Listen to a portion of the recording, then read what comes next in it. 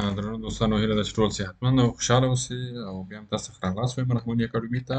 نن دوستانو د فاینانشل سټیټمنټ انالیسس باندې د هغې د ټایپس باندې غږیږو او د ده په خوا کې چارټس دی. زه بیا تاسو ته په هغه باندې پریکټیکل اګزامپل تخلیم او دا ټول مونږ په دې باندې مونږ غږیږو څنګه مونږ وکولی شو چې مثال مونږ فاینانشل سټیټمنټ انالیسس کوو په کومو طریقو باندې په کومو لارو باندې ټایپس او قسمونه چې شي دي او دلته په هغه باندې مونږ غږیږو او انشاءالله په ځان پوهیږو. دوستانو تاسو نه هیله کوم چې سبسکرایب او لایک کړئ او تر څو چې زموږ چینل نور هم ګروت وکړي او د ده په خوا کې هغه ملګري دوستان چې په بي بي اے ام بي اے او یا هم بي کام په دغه اړوند مسلکونو کې درسونه وایي نو دا ډېر ورته ګټور تمامېږي. تاسو کولی شئ ورته شیر کړئ او ورته یې ورسوئ او کولی شي چې هغوی کولی شي چې دنه استفاده وکړي او دا ورته مهم او ګټور تمامېږي. نو راځئ پیل کوو دوستانو، نور وخت نه ضایع کوو. ټایپس اف فاینانشل سټیټمنټ انالیسس اگزامپلز اینډ چارټس. ګوره لومړی ټایپ چې کله موږ غواړو چې یو سټیټمنټ فاینانشل سټیټمنټ څه وکړو، موږ وغواړو چې انالیسس وکړو. یو لومړی طریقه دا دی چې موږ کولی شو چې له هورزنټل انالیسس یا ټرند انالیسس څخه موږ استفاده وکړو یا ګټه واخلو. دا یوه لاره ده چې په دغه لاره باندې موږ کولی شو یعنې افقي تحلیل هورزنټل انالیسس. نو په افقي تحلیل کې دا یو داسې یو طریقه ده چې مالي معلومات پرتله کول د کال په کال باندې، یعنې یو کال څخه بل کال ته موږ یې څه کوو، تحلیل کوو. مثال په ډول دلته 2022 دی، 2023 دی، 2024 دی. د دغه کلونو بدلون او په سیلز کې موږ دغه وګورئ دلته سیلز دی او بل چینج دی او چینج په پیسو او چینج په فیصدي باندې څومره فیصده په بدلون راغلی دی، په دې کې ډالر یا پیسې څومره دلته بدلون راغلی دی او سیلز یا هم خرڅلاو کې څومره بدلون راغلی دی کال په کال په 2022 کې 2023 کې 2024 یعنې دا په دې شکل سره موږ څه کوو، پرتله کوو یو بل یو کال د بل کال سره د سږني کال او د تیر کال سره موږ پرتله کوو. په سږ کال کې موږ چې دومره سیل کړی دی او تیر کال کې چې موږ دومره سیل کړی نو سږ کال کې څومره کړی دی او څومره تغییر راغلی، څو فیصده تغییر راغلی. دا ټول په دې باندې موږ دلته بحث کوو. نو دوستانو یعنې موږ دکې ګورو چې مثلا کموالی څومره راغلی او زیاتوالی څومره راغلی، دا هم موږ تخیل. صحیح دی. نو فورمولې چې دی چینج په پیسو باندې یا په ډالر چې په کوم کرنسي باندې تاسې ګورئ یا تاسې استفاده کوئ نو دا مساوي کېږي چې کرنټ اییر او ماینس او یا هم منفي پریویس اییر. دغه فورموله ده چې د سږني کال او د تیر کال موږ سره منفي کوو او څومره هغلته چینجز راغلی په پیسو کې هغه موږ ښیي بیا. او بل پرسنټیج دی. پرسنټیج څنګه موږ پیدا کوو؟ چینجز چې کوم تغییر څومره بدلون چې راغلی د هغه پیسې مثلا 10,000 راغلی، 20,000 بدلون راغلی دی. سږ کال موږ مثلا 30,000 روپۍ موږ خرڅلاو کړی دی، مثال په ډول درته وایم، او تیر کال موږ 20,000 کړی و نو دلته بدلون څومره راغلی؟ 10,000 راغلی. نو هغه 10,000 چینج دی د هغه موږ څه کوو، موږ تقسیموو په تیر کال باندې. په تیر کال څومره موږ خرڅلاو کړی هغه موږ 20,000 کړی و. صحیح دی. نو دلته اوس د هغه باندې تقسیم کوو، بیا ورپسې څه کوو، دلته ضربوو په 100 باندې چې هغه فیصدي موږ ته ښیي. مثال په ډول دلته زه وګورم موږ 2022 کې موږ سیل کړی و، صحیح دی، لکه 1,00,000 روپۍ، صحیح دی، 1,00,000 ډالر موږ کړی و.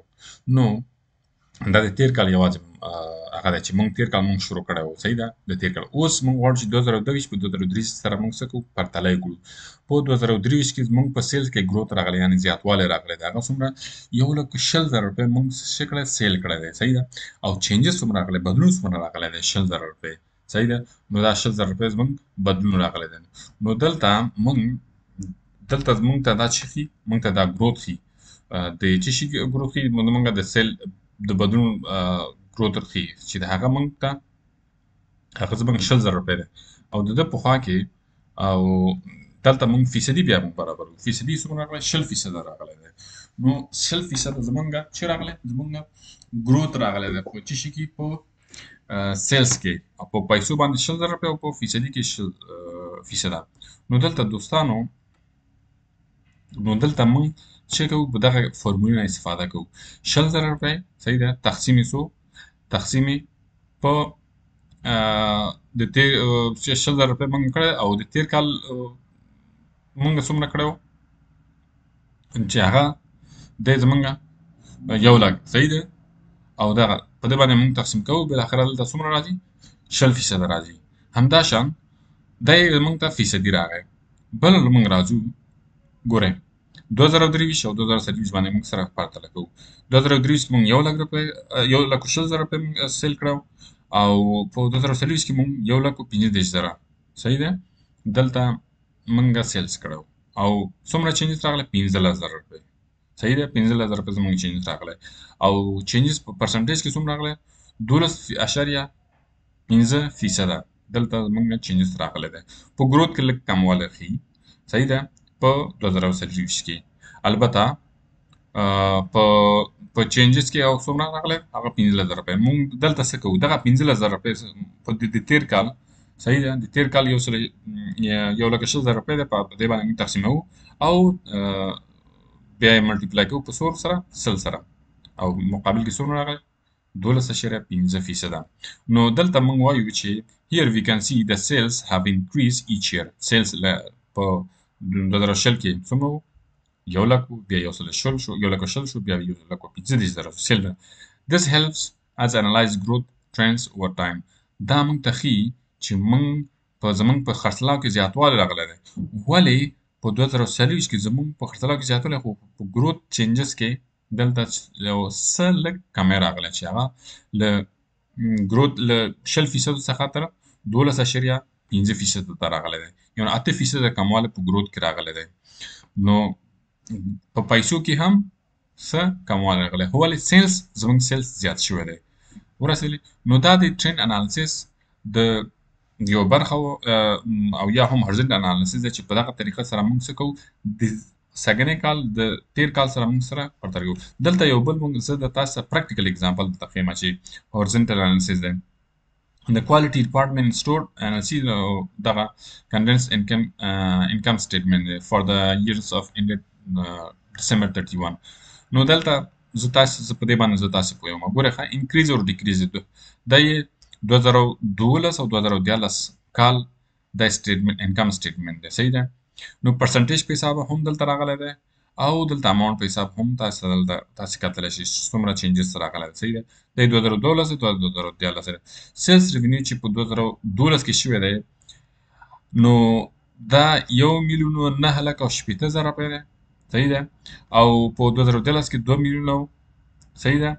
او 1,95,000 دلته چې راغلی زمونږ سیلز راغلی دی نو دلته مونږ بیا د دې دواړو ترمنځ مونږ سره منفي کوو صحیح ده د سږ کال او د تیر کال سره منفي کوو او دلته زمونږ هغه پیسو کې زیاتوالی چې راغلی هغه 2,15,000 روپۍ راغلی دی او څومره پرسنټیج راغلی دی 12% دلته راغلی نو دا 12% دا پرسنټیج څنګه موږ پیدا کوو دغه پیسې چې زمونږ دا موږ ترلاسه کړی دا موږ څه کوو دا په د تیر کال باندې موږ څه کوو تقسیموو په دې باندې تقسیموو او په مقابل کې ملټیپلای کوو او ضربوو په 100 سره چې دا راځي 12% وبخښئ نو تاسې هم کولی شئ چې خپل ځان سره دا وګورئ او څومره نتیجه راځي نو همداشان دغه ټول مسله سیلز ریټرنز اینډ الاونس چې څومره دلته زموږ ته بیرته راغلی سیلز ریټرنز شو دا نیټ سیلز شو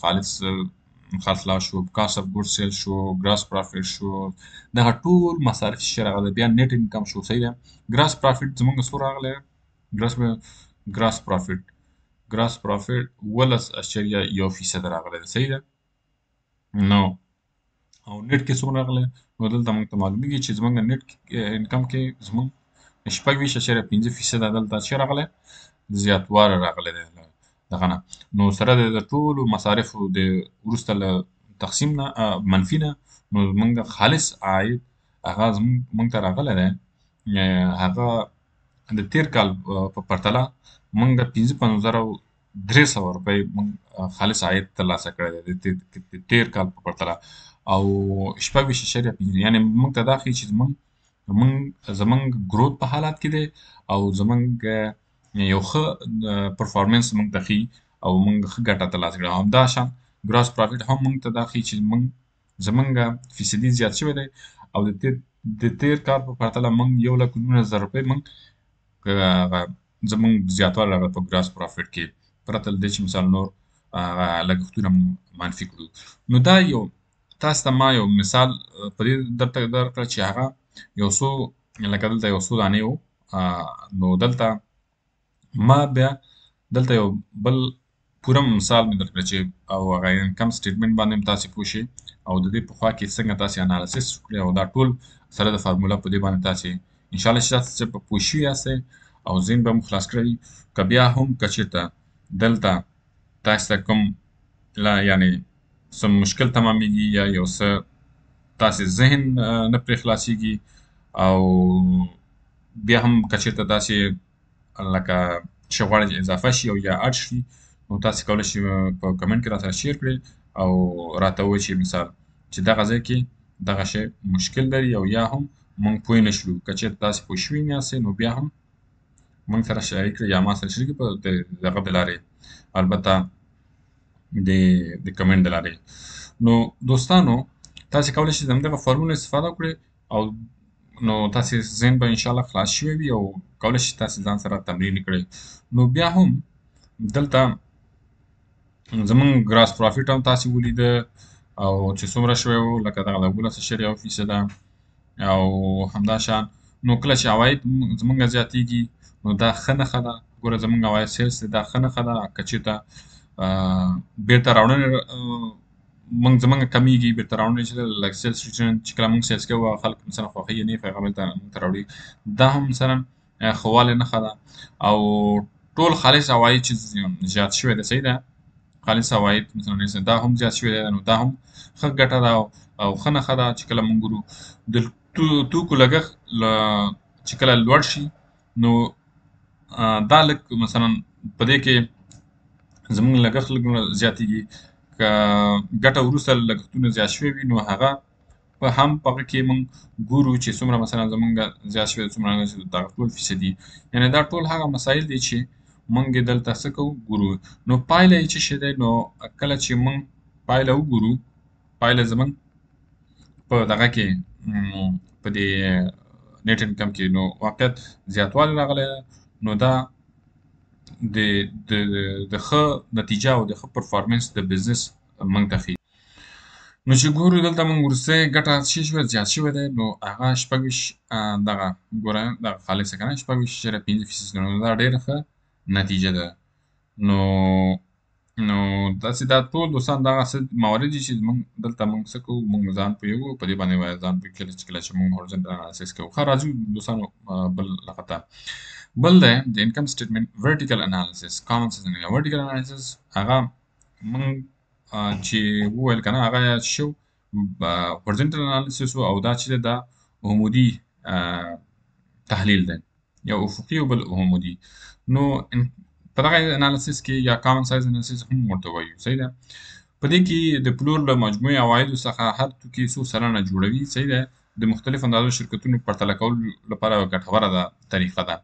نو کله چې مختلف بزنس او یا شرکتونه نو څه کوو سره پرتله کوو د چی لپاره د پرسنټیج له لارې ګوره دلته ګوره د فیصدي څومره فیصده مثلا دغه سیلز مجموعي عواید موږ ته ښیي او څومره پیسو په دغه ټول مسایلو باندې موږ دلته ګورو. ګوره خاص سیلز دی زموږ او د په خوا کې دلته کاست اف ګوډز سولد شو ګراس پرافټ شو اپریټینګ ایکسپنس نیټ پرافټ. ګوره دا دوستانو سیلز نه بعد مثلا نور مسایل راځي هغه لکه څنګه چې ما انکم سټیټمنټ کې مخکې ما وښوده که نه هغې کې بیا نور شیان هغه منفي کېږي چې څومره پاتې کېږي بیا دلته موږ کاست اف ګوډز سولد راځي هغه بیا موږ ګورو چې څومره هغه منفي کوو مثلا یا یعنې په هغه سټیټمنټ کې دا ټول شیان تاسې ولیدئ چې ټول پکې راځي. بیا ګراس پرافټ راځي صحیح ده. بیا ګراس پرافټ نه وروسته نور مصارف ایکسپنس راځي اپریټینګ ایکسپنسز په دې کې ټول شیان راځي په اپریټینګ سیلریز راځي په اډمنسټریشن کاست راځي او دا ټول مصارف چې په رنټ راځي یعنې څه چې مصارف لګښتونه دي هغه ټول پکې په دې کې راځي. بیا هغه اپریټینګ ایکسپنس نه موږ څه کوو دا مثلا بیا نور مثلا انکم ټاکس شو بیا د دې په خوا کې انټرست شو دا ټول سره منفي کوو بیا موږ ته نیټ پرافټ ترلاسه کړي لاسته راځي. نو دوستانو چې کله موږ وغواړو دغه په دې کې موږ څه وکړو، موږ فیصدي پیدا کړو. فیصدي څنګه پیدا کوو؟ دلته توکو هغه توکي چې لکه مثال چې څومره موږ دغه سیلز دی، صحیح ده، او د پلور په اندازه باندې توکي دغه ټول څه کوو په پلور په اندازه باندې. نو دلته دوستانو موږ څه کوو؟ هغه فیصدي چې موږ پیدا کوو، نو دلته بیا توکي په پلور په اندازه باندې موږ څه کوو؟ تقسیموو او په سلو باندې ضربوو. همیشه دا سیلز چې دی موږ سیلز ورکوو، دغه کوم اندازه چې مثال موږ کړی سیلز، دا بیس آیټم یا بیس باندې موږ څه کوو؟ هغه استفاده کوو، بیس په توګه موږ کاروو. او بیس همیشه 100% وي، دا همیشه دا 100% وي. نو دلته موږ څه کوو؟ مثال په ډول کاست اف ګوډز سولډ موږ لرو 1,20,000 روپۍ. 1,20,000 روپۍ باندې موږ څه کوو؟ 1,20,000 روپۍ موږ تقسیموو په څو باندې؟ په دې باندې موږ تقسیموو چې هغه 2,00,000 روپۍ ده، صحیح ده. کله چې موږ تقسیم کړو د ده په خوا کې موږ څه کوو؟ ضربوو په 100 سره چې هغه څومره فیصدي راغی؟ 80% ده، 80% ده. همداشان ګراس پرافیټ شو، ګراس پرافیټ 80,000 دی، دا په 2,00,000 باندې موږ څه کوو؟ تقسیموو او ملټیپلای کوو په څو باندې؟ دلته تیار فارموله شته د ګرافه آیټم، دغه آیټم شو دغه، او بیس اماونټ، بیس اماونټ شو دی 2,00,000 روپۍ دی، صحیح ده. نو دې باندې موږ تقسیموو او ملټیپلای کوو 100 باندې، نو هغه مساوي کېږي بیا زموږ فیصدي، صحیح ده. او دلته سټیپ بای سټیپ هغه کلکولیشن ما ورته ورکړی دی. ګورئ ښه، this tells how much our sales we spend and how much we earn in profit. دا موږ ته ښیي څه شی؟ همدغه انکم سټیټمنټ. دا موږ ته د دې هدف څه شی دی؟ هدف یې دا دی چې موږ ته ښیي چې how much our sales، صحیح ده، او څومره موږ لکه سیلز کړی دی، څومره موږ خلاص کړی، وي سپینډ څومره موږ مصرف کړی، صحیح ده. how much we earn in profit، او څومره موږ ګټه ترلاسه کړې ده. it is useful for comparing the companies of different size. دا ډېر مهم دی د چی لپاره؟ د مختلفو کمپنی سایزونو لپاره، د هغوی د پرتله کولو لپاره. نو دلته سټیپ بای سټیپ کلکولیشن هم دلته ما تاسو ته درکړی دی. ګوره کاست اف ګوډز سولډ د دې فیصدي څنګه معلوموو؟ 1,20,000 روپۍ دی او تقسیموو په 2,00,000 روپۍ باندې. 1,20,000 روپۍ او تقسیموو دا ملټیپلای او یا هم ضربوو په 100 باندې چې دا مساوي کېږي 80%. همداشان نیټ پرافیټ شو، مثال موږ لرو 50,000 روپۍ، دا په 2,00,000 روپۍ باندې موږ څه کوو؟ تقسیموو او په 100 باندې موږ ضربوو، دا مساوي کېږي 25%. نو د دې ریزلټ دلته معلومیږي چې کاست اف ګوډز سولډ is 60% of sales، صحیح ده. نو دا چې دی کاست اف ګوډز سولډ، کاست اف ګوډز څومره فیصد دا د دې سلو نه 80% د سیلز دی.